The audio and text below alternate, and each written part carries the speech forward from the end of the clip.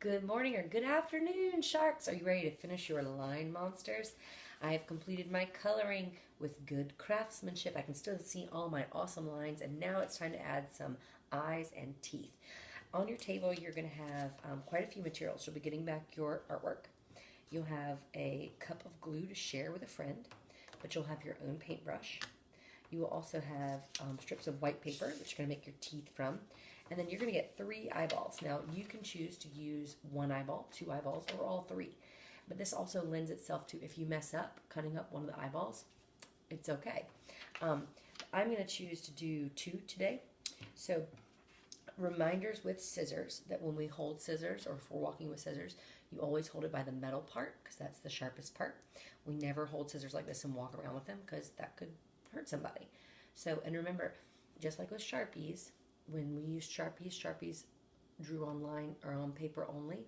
Scissors cut paper only. That's the only thing they're used for. We should never see scissors near your face, near anybody else's face or hands, clothing, anything. Scissors cut paper only. Say that with me. Scissors cut paper only. That's exactly right. So you'll want your thumb in the small hole. And this should be a review for most of you, but your fingers in the large hole. And one thing I like to remember is my elbow stays in, and I turn the paper around instead of my scissors. So when I cut, C-U-T, you can start by just following the black line, and watch, I'm going to turn my paper, and I kind of hold it with the other hand. Turn your paper as you cut. So I'm opening, and as I go in and close, I'm turning the paper. So open, go all the way in. This is actually the sharpest part of your scissors down here. You don't want to snip small pieces with the tip because it may rip your paper or make it look jagged.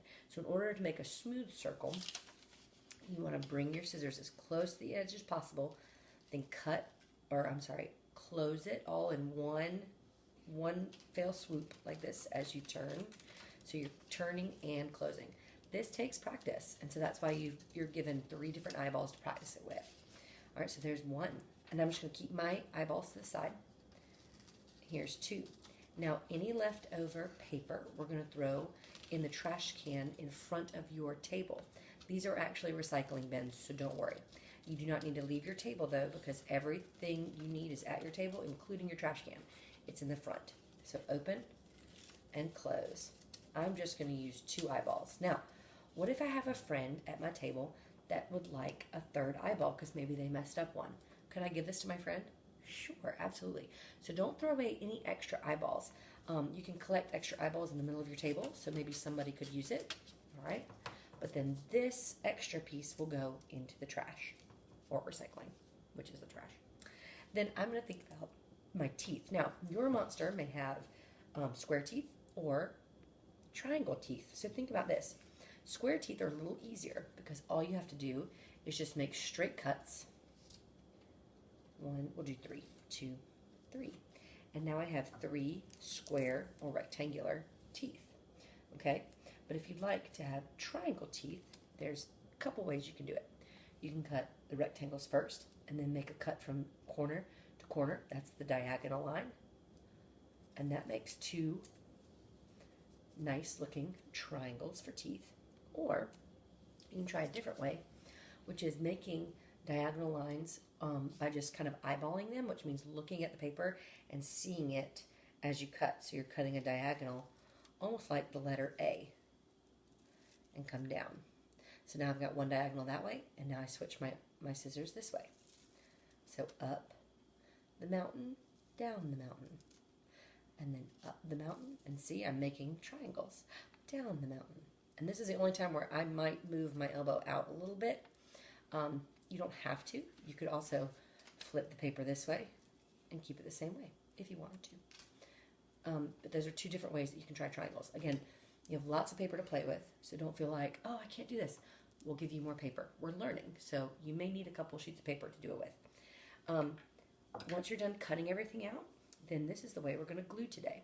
We're going to use something called a glue brush. I like this better than a glue stick because it doesn't use as much glue. It's not as messy. And it teaches us how to use a paintbrush because we're going to be using paintbrushes pretty soon. I'm going to collect all my teeth and kind of put it on top of so I don't lose it. So I've got my 2 eyeballs. and then want to flip them over because glue goes on the back. And you decide where you want your eyeballs.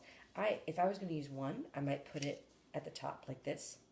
If I'm using two, I might put them side to side.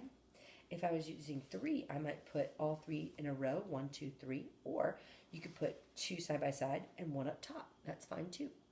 This is your line monster, so you decide where the eyes go. The only thing I would suggest is with your teeth, choose one line for your teeth to all sit on, okay? So I think I'm going to put my eyes up here. I'm going to choose my loop-to-loop for my eyes, or my teeth to go on. So I'm going to choose some of my triangle teeth, and I'm going to go ahead and place them where I think I'd like them to go without gluing them first. So I'm going to plan it out. So there's 1, and maybe here's 2, and then 3. I'm just going to go straight across. I might limit it to about 8. 4, you might not even use that many. 5, I'm going to use 5, okay? So see all 5 of my teeth? Count them with me. 1, 2, 3, 4, 5, that's right. So then I've got 2 eyes. So with my glue brush, what I do is we're going to probably be sharing these. You might have your own. But when you dip your glue brush into the glue, you just get a little bit of glue. Don't let it drip. If it drips, just wipe the lip, okay? So that it doesn't drip everywhere on your paper. But look, it's nice because it sticks on your paintbrush. You don't need to scoop it at all. You just need a little bit. A little bit goes a long way. And I'm going to hold down my eye, and I'm just going to paint the glue on my eye. Just like that. You might need a little bit more right here. You'll see it turn shiny and thin. That's what you want. You never want a huge glue glob. That will not help it stay better. In fact, it'll kind of warp or wiggle your paper. So then flip it over, press it down. I've got my first eye. It looks pretty good. All right, and so then my second eye, I'm going to go around the edge so that my whole eye stays. And it's okay if you get a little bit on your finger, but I'm being real gentle with my brush. I make sure my paintbrush's hairstyle stays the same. It's never frayed or a bad hairstyle because I'm being very gentle with it. And that'll tell me you're ready to go paint soon. All right, so there's my second eye. And you'll do the same thing with the teeth. So watch really quickly. I'm going to go ahead and just paint the teeth with a little bit of glue. And look, it sticks to it. And then you can press it right down. And this just takes some time and good craftsmanship, which means that you're taking your time. You're not rushing or trying to put glue everywhere. We don't want to waste the glue because we'll be using these for other projects. All right, my last 2 are going to go on.